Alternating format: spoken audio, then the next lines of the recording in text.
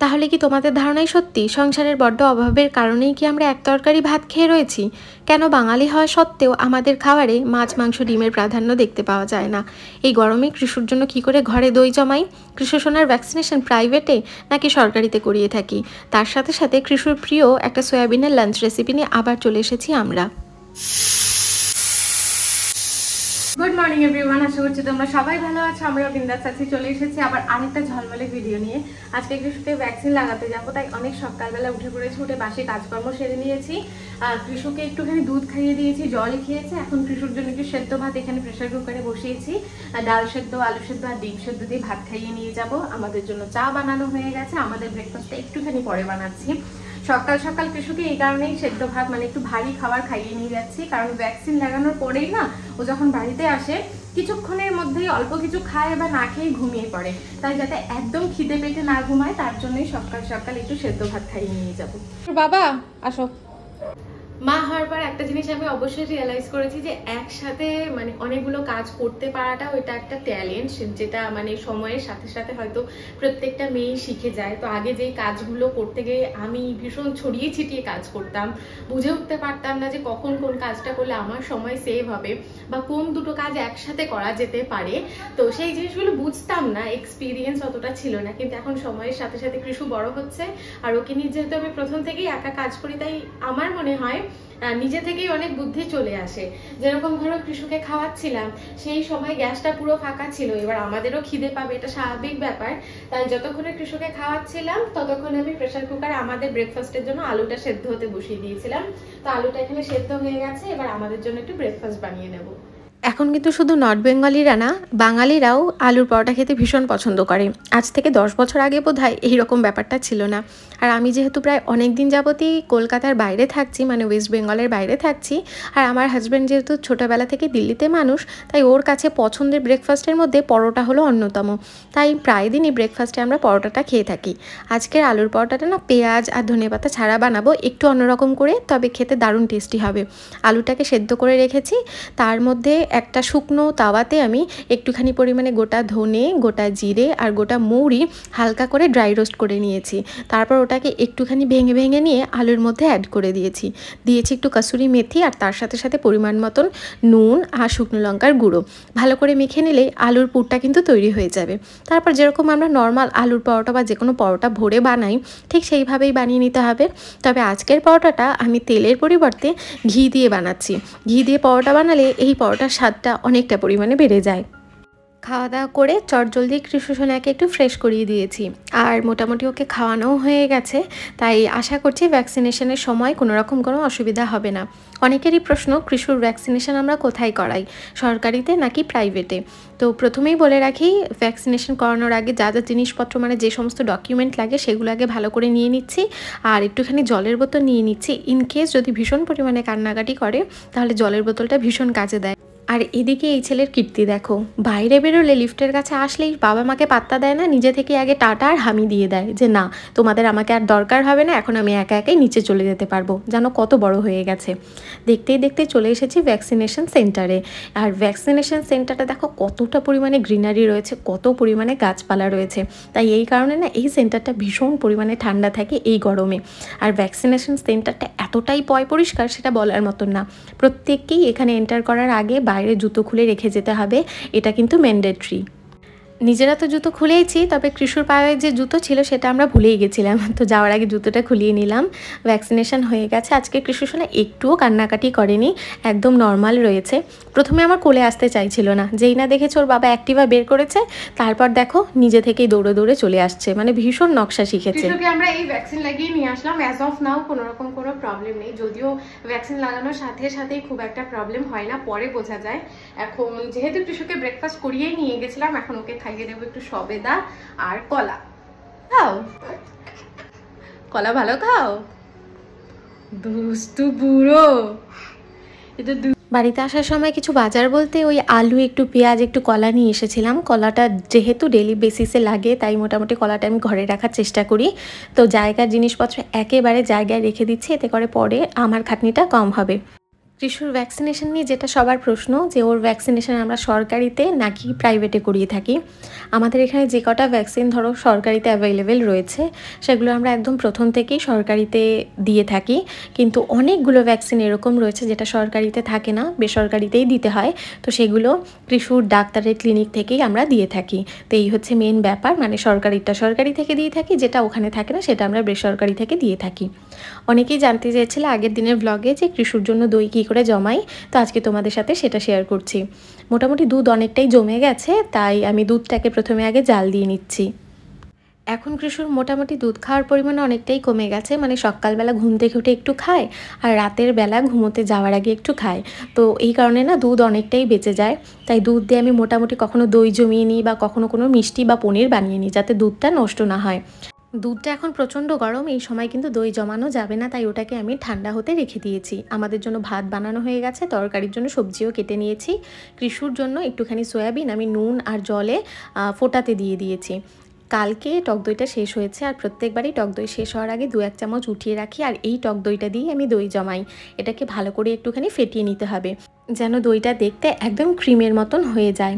এখানে দুধটা মোটামুটি না খুব গরম না খুব ঠান্ডা অবস্থায় রয়েছে, আর এই সময় আমি টক দইটাকে দুধের মধ্যে অ্যাড করে ভালো করে মিক্স করে দেব। মোটামুটি একটা আঙুল চুবিয়ে দেখে নেবে, যদি আঙুলটা সহ্য করতে পারে এমন গরম অবস্থায় থাকে দুধটা, সেই অবস্থাতেই কিন্তু টক দইটাকে মিশিয়ে দিতে হবে দুধের মধ্যে। এবার এই বাটিটাকে আমি একদম সাইড করে রেখে দেবো যাতে একদম নাড়াচাড়া না পড়ে। অবশ্যই ঢাকা দিয়ে এরকম কোনো গরম কাপড় দিয়ে ঢেকে দিতে পারো, এতে খুব তাড়াতাড়ি দইটা জমে যায়। দইটা মোটামুটি 5 থেকে 6 ঘন্টায় এখানে জমে যায়, তারপর আমি এটাকে ফ্রিজে রেখে দেব। আর এখানে একটা কড়াইতে তেল গরম করে তাতে জিরে ফোড়ন দিয়ে একটুখানি আদা রসুন পেঁয়াজ টমেটো কুচি ভালো করে নুন আর হলুদ আর সামান্য পরিমাণে ভাজা মশলার গুঁড়ো দিয়ে আমি কষিয়ে নিচ্ছি। তেল আমি কৃষুর খাবারে খুব অল্প পরিমাণে ইউজ করি, তো তোমরাও কিন্তু সেটাই চেষ্টা করবে, কারণ এই গরমে বেশি তেল খাবার দেওয়া কিন্তু বাচ্চাদের একদম উচিত হবে না। যখন মশলাটা কষে যাবে তার মধ্যে যেই সয়াবিনটা আমরা ভালো করে সেদ্ধ করে রেখেছিলাম সেটাকে আর তার সাথে সাথে কিছু আলু অ্যাড করে আর একটু কষিয়ে নিচ্ছি। আজকে আমি কৃষু সোনার জন্য কৃষুরই একটা প্রিয় লাঞ্চ বানাচ্ছি, যেটা হলো সয়াবিনের পোলাও। আর আমি আগে থেকেই চালটা ভিজিয়ে রেখেছিলাম, সেই চালটা এবার অ্যাড করে পরিমাণ মতন জল দিয়ে ফুটতে দিলেই কিন্তু হয়ে যাবে বাচ্চাদের প্রিয় আর টেস্টি আর হেলদি সয়াবিনের পোলাও। তোমরাও তোমাদের বাচ্চাদের জন্য এই রেসিপিটা ট্রাই করতে পারো। আশা করছি কৃষু সোনার মতন তোমাদের বাচ্চাদেরও কিন্তু এটা খেতে বেশ ভালোই লাগবে। তো কৃষু ঘুম থেকে উঠে পড়েছে, আমরাও লাঞ্চ নিয়ে বসে পড়েছি। এবার কৃষুকে স্নান করিয়ে তারপর আমি খাইয়ে দেবো। মোটামুটি প্রত্যেক দিনই আমরা যখন খেতে বসি, বা ধরো রিকি বাড়িতে না থাকলে আমি যখন খেতে বসি আর কৃষু যদি জেগে থাকে, আমি চেষ্টা করি আমরা যেই খাবারটা খাই সেটা আমি কৃষু সোনাকে নিয়ে একসাথে বসেই খাই। কৃষু খাওয়া দাওয়া কমপ্লিট হলো, আর কৃষু আজকাল খাওয়া দাওয়ার পর নিজে থেকেই বাথরুমে চলে গিয়ে মুখ হাত পা ধুয়ে চলে আসে। রিকি আজকে হাফ ডেতে চলে এসছে, খাওয়া দাওয়া হয়ে গেছে, এখন একটু ঘুমোচ্ছে, আর আমি কৃষুকে একটু ফ্রেশ করিয়ে দেবো। অনেকেই আমাকে বলো যে কৃষুর তো 2 বছর বয়স হয়ে গেছে, ওকে কেন আমরা এই ফিডিং বটলটা এখনও দিই। ও এই ফিডিং বটলটায় না মাঝে মধ্যে দুধ খেতে ভীষণ পছন্দ করে, আদারওয়াইজ কিন্তু কৃষু সোনা সিপারে বা গ্লাসেও দুধ খেতে পারে বা দুধ খায় জল খায়, কোনো রকম কোনো প্রবলেম হয় না। এটা মাঝে মধ্যে নিয়ে শুয়ে শুয়ে খেতে কেন জানি না পছন্দ করে, তাই মাঝে মধ্যে ওর হাতে এটা আমরা দিয়ে থাকি। তো আমরা খানিকক্ষণ রেস্ট করে নিয়েছি কাজকর্ম করার মাঝখানে, এখন আমি নিজের জন্য অনেকটা রেস্টের সময় পেয়ে থাকি। ওই যে কৃষু অনেক সকালে ওঠে, আমাকেও অনেক সকালে উঠতে হয়, তাই দুপুরবেলা একটু রেস্ট না করলে ভীষণ পরিমাণে শরীরটা উইক লাগে। ওই কারণেই দুপুরবেলা কৃষুর সাথে একটু রেস্ট করে নিই। মোটামুটি এখানে কৃষু একটুখানি কার্টুন দেখছে, গান শুনছে, আর আমি ওর জন্য একটুখানি তরমুজ কেটে দিচ্ছি। এই গরমকালে এই মিষ্টি মিষ্টি তরমুজগুলো খেতে কিন্তু দারুণ লাগে, আর তার সাথে সাথে কৃষু আবার তরমুজ খেতে ভীষণ পছন্দ করে। একটা টুকরোর হাতে দিলে ও বড় মানুষের মতন খেতে ভীষণ পছন্দ করে। কৃষুর বাবা আবার তরমুজ খেতে একদম ভালোবাসে না, ওর জন্য তরমুজের জুস বানিয়ে দিতে হয়, কিন্তু ছেলে আমার এরকম হাতে কেটে দিলে বেশি সন্তুষ্ট হয়, তাই ওর জন্য এরকম কেটে দিয়ে দিই, ও নিজের মতন খেতে থাকে। আর কৃষুর বাবার জন্য আমি তরমুজের জুসটা বানিয়ে দিই। কালকে আবার ঈদ, তো এই কারণেই আজকে রিকের হাফ ডে ছিল, চলে এসেছে। এবার ও ভীষণ ক্লান্ত হয়ে যায়, রাতে মোটামুটি অনেক সময় ঘুম কম হয়, তাই আজকে একটুখানি দুপুরবেলা চান্স পেয়েছিল তাই ঘুমিয়ে নিয়েছে। ছেলে আবার বাবার পাশে গিয়ে কি সুন্দরভাবে শুয়ে পড়েছে দেখো, আর যেই না দেখেছে আমি ক্যামেরা চালু করেছি অমনি পুটুর পুটুর করে চোখটা বন্ধ করে ঘুমানোর অ্যাক্টিং করছিল, তারপর দৌড়ে চলে এসেছে আমার কাছে। বাবার এখনো চোখ ঢুলু ঢুলু করছে। আমরা এখন 3 জন মিলে যাচ্ছি একটুখানি মাংস আনতে, আর এর অবস্থা এই নিচে থেকে বকা দেবে সবাই। এবার আমাদের বাড়ি থেকে মাছ মাংসের দোকান এতটাই দূর, যদি আমরা অটো করে যাই তাহলে যেতে আসতেই মোটামুটি 150 টাকা খরচা রয়েছে। আর যদি বাইক বা অ্যাক্টিভা করেও যাই তাহলেও আধা 1 ঘন্টা সময় লাগে। এই কারণেই জানো তো আমাদের মাছ মাংস খাওয়ার পরিমাণটা অনেকটা কমে গেছে। মাংস নিয়ে আসার সময় আজকে একটু স্প্রিং রোল নিয়ে এসেছিলাম, তো ওটাই এখন 3 জনে মিলে খেয়ে কাজকর্ম করব। আমরা টিফিন করার পর আমি অনেকগুলো কাজ অলরেডি করে নিয়েছি, যাতে করে রিকি খুব আরামসে রান্নাটা বানাতে পারে। মানে প্রত্যেকদিনই এরকম হয়, আমি গুছিয়ে দিই আর ও একটু খুন্তিটা নাড়ানাড়ি করে আর ক্রেডিট হয়ে যায় পুরোপুরি ওর। হ্যাঁ হ্যাঁ, কি সত্যি কথা। এই যে এখানে যা যা রান্নার জিনিসপত্র ওর লাগবে সব গুছিয়ে বাসনপত্র ধুয়ে কিচেন পুরো ক্লিন করে দিয়েছি, যাতে বাবু মশাই ভালো করে রান্না বান্না করতে পারে। হ্যাঁ, তো আমি তো হ্যাঁই বলছি, আমি কোথাও না বলছি। হ্যাঁ না কিছু, হ্যাঁ। এখানে বিরিয়ানির জন্য চাল ভিজিয়ে রেখেছি, এটা চিকেন চাপের জন্য চিকেন, আর এটার মধ্যে বিরিয়ানির জন্য চিকেন রাখা রয়েছে। পেঁয়াজ, আদা, রসুন, টমেটো, পেঁয়াজের বেরেস্তা, এখানে চাল মগজ, দই, যা যা লাগবে সব এখানে আমি ধুয়ে পরিষ্কার করে রেখেছি। তুমি কি করো এটা নিয়ে? আরে এটা ভেঙেছে না, এটা আচ্ছা আচ্ছা, মাঝখানে এটা। হ্যাঁ হ্যাঁ হ্যাঁ। চিকেন চাপ আর বিরিয়ানির গন্ধে পুরো ঘর ময়ময় করছে। আর এরকম একটা সিচুয়েশনে কোন বাঙালি নিজেকে বেশিক্ষণ না খাইয়ে রাখতে পারে সেটা তোমরাই বলো। আমাদের সব রান্না বান্নার পার্ট হয়ে গেছে। আমি আজকে মোটামুটি সব গুছিয়ে দিয়ে এখানটায় বসে বসে সুপারভাইজ করছিলাম, আর রিকি রান্না করেছে। এখন এখানে স্যালাডের প্রিপারেশন হচ্ছে। এরই মধ্যে কৃষু আবার আধা 1 ঘন্টা মতন ঘুমিয়ে নিয়েছে, তো বুঝতেই পারছো যে আজকে রাতে কি করবে। কৃষু ঘুম হয়েছে? কি হয়েছে কি হয়েছে? এই হলো বিরিয়ানির হাঁড়ি আমাদের। আজকে 1 হাঁড়ি বিরিয়ানি তৈরি করেছে আমার বড়মশাই। চলো চলো চলো চলো, আমি আর ওয়েট করতে পারছি না। বিরিয়ানি হলে বাঙালির খিদেটা যে কতটা পরিমাণে বেড়ে যায় সেটা তো বুঝতেই পারছো। আর সন্ধ্যে থেকে শুধুমাত্র স্প্রিং রোল খেয়েছি মোটামুটি, তারপর প্রচুর খাটাখাটনি হয়েছে, খিদেটা আজকে ডাবল হয়ে গেছে। তার মধ্যে আজকে আবার বিরিয়ানির সাথে রয়েছে স্পেশাল চিকেন চাপ। আমরা আসলে এক তরকারি ভাত খেতেই বেশি পছন্দ করি, কারণ আমরা তৃপ্তি করে খেতে পারি। আজকে এই যে থালা সাজিয়ে তো রিকি খেতে দিল, কিন্তু সবই অল্প অল্প করে বেঁচে গেছে। যেহেতু আমরা দুজন থাকি তাই বেশি পরিমাণে রান্না করলে না প্রত্যেক দিনই বাসি খাবার খেতে হয়। আর আমরা মনে করি রোজ বাসি তরকারি বা খাওয়ার থেকে রোজ অল্প অল্প খাবার বানাবো, রোজেরটা রোজ শেষ হবে, তাজা তাজা খাবো, এটাই বোধ হয় শরীরের পক্ষে বেশি উপকারী। তাই যারা মনে করছে অভাবের কারণে আমরা এক তরকারি ভাত খাই, সেটা তো একদমই না। আর যদি অভাব থেকেও থাকে, সেই অভাবের মধ্যেও কি করে ভালো থাকতে হবে সেটা শুধু আমাদেরই বুঝে নিতে হবে।